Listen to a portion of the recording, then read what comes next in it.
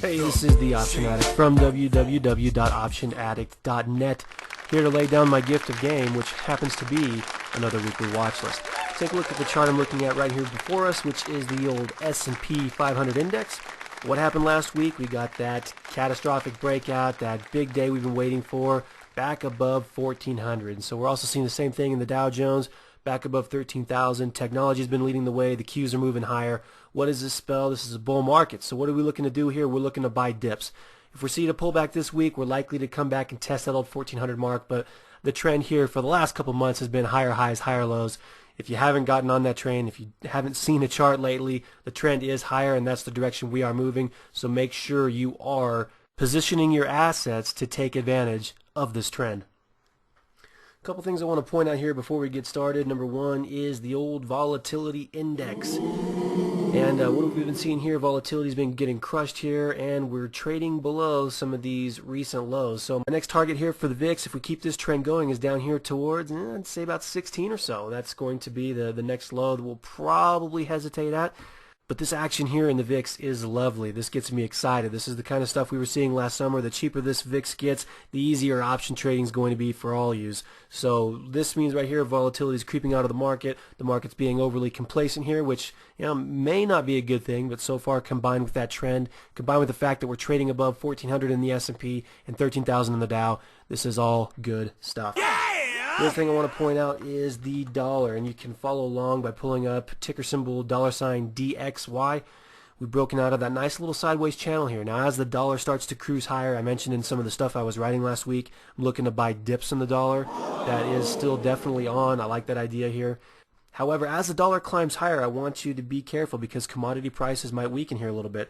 And I think that's going to be something you might want to take a look at. Let's say, for example, in the old XLE. You'll notice here that you're not going to come across too many setups that look this pretty. However, I think you're going to have to be really careful with this because you'll notice for the majority of energy stocks that look like this, oil stocks, everything, they're all falling on just anemic volume. The volume is not there. So as you're positioning your trades this week and you're starting to see a lot of good setups like this, look towards that volume because if the entire market isn't eyeballing this, if they're not moving into it, then you might want to be a little more cautious. You might want to wait for a little more confirmation. You might want to avoid the damn trade altogether. So I'm very, very cautious with energy this week and commodity-backed stocks. As far as economic releases this week, it's going to be pretty light. The main things we have going, pending home sales, crude inventories, consumer credit, yada, yada, yada. We got plenty of earnings reports, but most of the stocks that are going to move the market have already reported. So what are we looking at next? Price patterns. I'm going to start with Priceline. That's one we were watching earlier this week. We had a little fake out here on Thursday that looked like we were going to break out of this triangle. Hasn't happened yet. I still have my eyeball on this, but it looks like it's going to be the old earnings announcement that finally sets this thing straight. So maybe you take a small position ahead of that, but then again, if the stock gets crippled on earnings, I'm going to make that up to you. Trade at your own risk. Disclaimer, I have a small position, very, very small. Next, I'm going to give you an example of some of the patterns we were talking about in energy and oil and whatnot. Schlumberger here, you can see a nice little flag. Volume's really been dying off in a stock like this. So again, if you're going to be trading breakouts, you're going to be trading big bullish price moves, make sure you get a little bit of volume alongside these moves to warrant taking the risk. Next, I'm going to look at IGT, and I'm iffy this week on casinos. I got to tell you, I really wanted to play Las Vegas Sands and Wynn Resorts to the downside, but I'm seeing stocks like IGT with the potential double bottom here. If this thing breaks above 36, let's call it, we've got a double bottom here. The trend might move for about 3-4 points. You can also see in ticker symbol PENN, Penn National Gaming, same thing, kind of a triple bottom here, and it's getting pretty close to breaking out to the upside. Now, again, I'm gonna watch things as they play out this week because if the market pulls back, stocks like LVS and Wynn, those are going to definitely be stocks I want to short. But if the market continues higher, maybe you take some bullish trades here in a potential bottom. So that's the one industry I'm waiting for Monday to trade before I can determine whether or not I'm going to get bullish or bearish here. Next, I'm going to look at ticker symbol SQM, and this goes back to my emerging market play on Chile.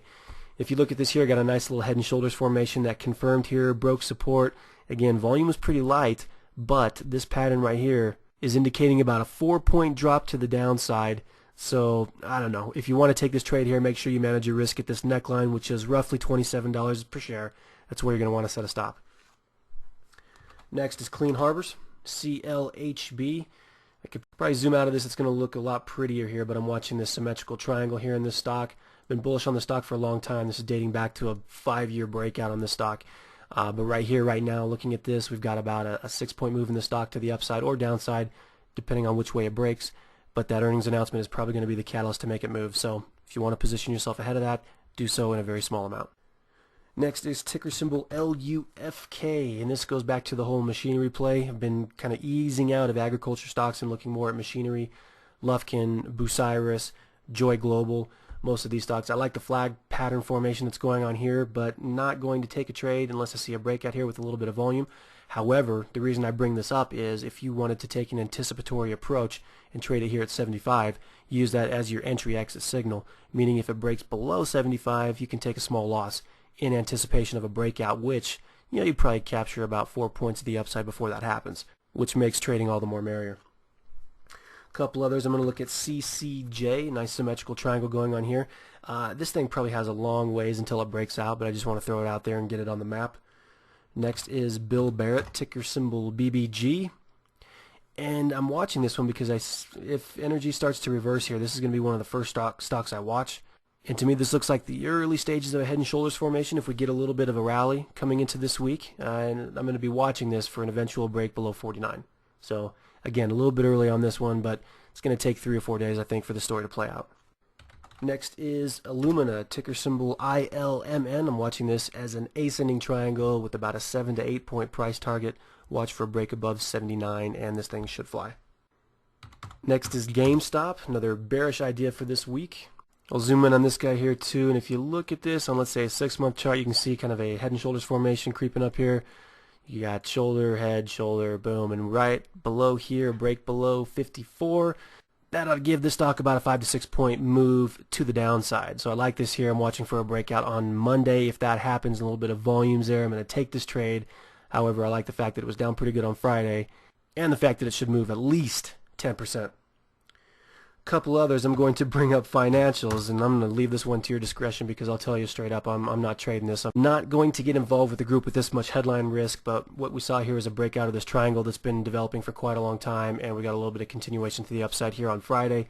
So if you watch for a retest here, which will probably happen right around 27, you want to pick up some of the XLF, you want to go long, you want to buy some calls, do so. I think the entry could be low risk here, but you're going to have to keep a close eye on this one.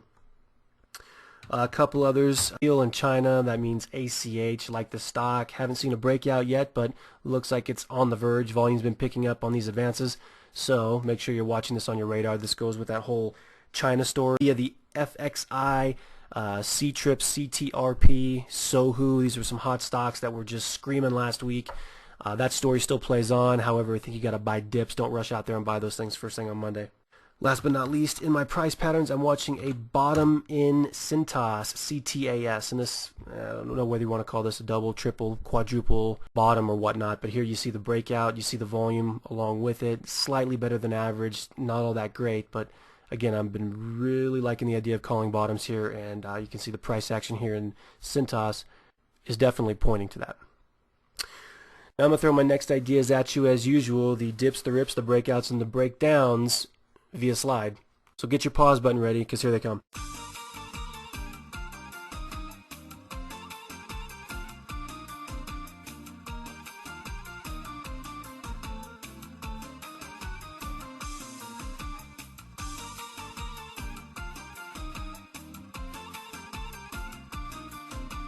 Alright folks, so that's going to do it for me.